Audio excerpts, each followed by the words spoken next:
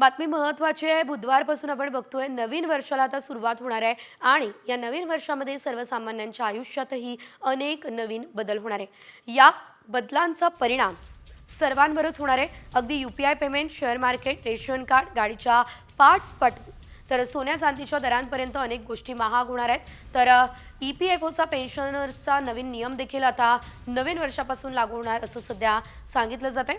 तर नवीन वर्षामध्ये अनेक नवीन आणि मोठे बदल आपल्याला बघायला मिळणार आहेत। ग्राफिक्स बघूयात। ईपीएफओचा पेन्शनर्ससाठी नवा नियम लागू होणार आहे।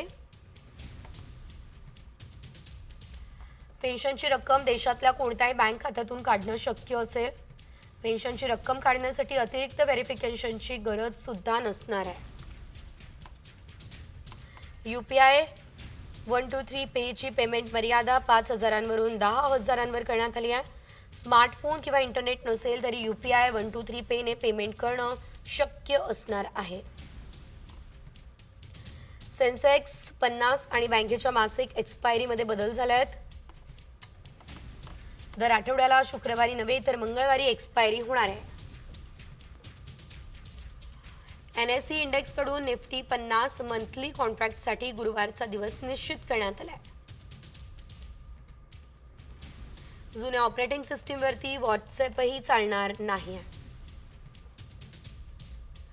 सॅमसंग गॅलेक्सी X3 याशिवाय Sony Xperia Z, LG Nexus 4, HTC One यासारख्या मोबाईलवरती व्हॉट्सॲप मात्र बंद असेल।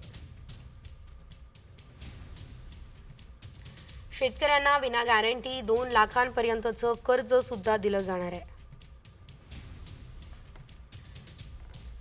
ई-केवायसी पद्धतीनं शिधापत्रिका धारकांची ओळखही पटणार आहे।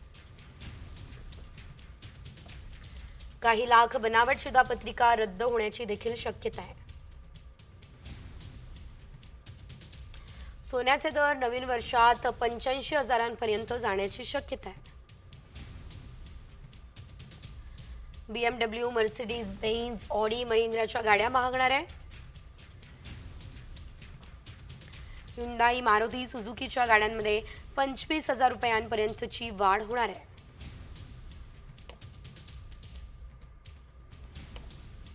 बाईक आणि कारचे पार्ट्स महागणार आहे। हँडबॅग आणि 10 लाखांपेक्षा जास्त किमतीच्या घड्याळांवर 1% TCS टॅक्स लागणार आहे।